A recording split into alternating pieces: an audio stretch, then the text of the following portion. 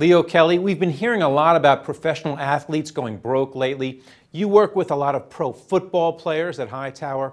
So if we know there's a problem, why does this keep happening? Well, I think there's a couple issues. First of all, education is out there, and I think players are becoming more aware. But as I've said many times before, smokers know it's bad for them, right? But they still smoke. And so I think what happens is the opportunities that are available to these very young individuals who don't have investment experience, who have an extraordinary amount of money thrown at them, it gets very difficult for them to make smart decisions. They need someone they can trust behind them. And how do you counsel your clients? Well, so what we tell our clients is we look at our pro athletes like business owners. And what we say to them is, like any other business owner, there's a liquidity event that occurs. And what we have to do is when that liquidity event occurs, that money has to last them a lifetime. So what we do is we carve out money, safe money, to make sure their lifestyle is taken care of. And then we're very calculated with risk we take. The other thing that we do, which I think is really important, these athletes are inundated with deals, people running at them, restaurants, private investments, crazy stuff, stuff that you wouldn't believe is an actual investment. And so what we do is we tell them, bring everything to us, let us look at it, let us analyze it, and let us help you make good decisions. What about keeping family members away? Because I hear that's a big problem. Sure, of course it's a big problem because all of us, we are close to our families, we want to see our families do well, and when we have great fortune, we want to take care of those who need to be taken care of.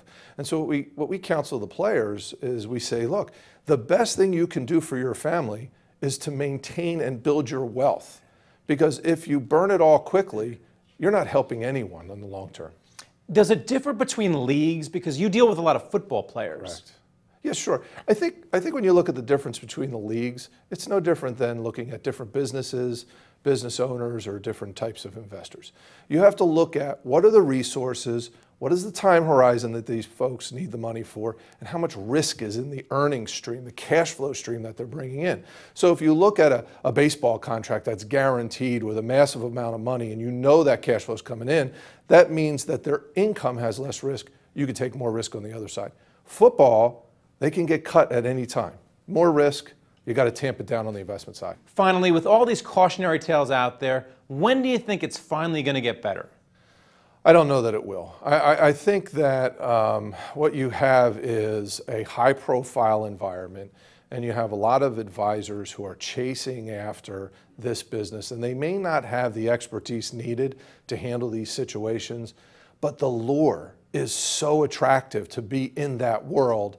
And let's face it, we all grew up watching sports, and it's kind of cool until every advisor who's advising these folks can separate that, which is what we pride ourselves on. I'm not here to advise a tackle for the New York Giants. I'm here to advise a person and a family and advise them on dollars that have to last for decades. Until every advisor thinks that way, then the problem doesn't go away. And furthermore, until these guys start to look at their finances differently and not try to grab every deal, then it's not going to change. They're too young. They've got a ton of money. It's thrown at them. And as I tell them, if 7 out of 10 deals you look at look great, you're going to go broke. All right. Well, thanks a lot, Leo. My pleasure. Thank you. And thank you for watching The Street.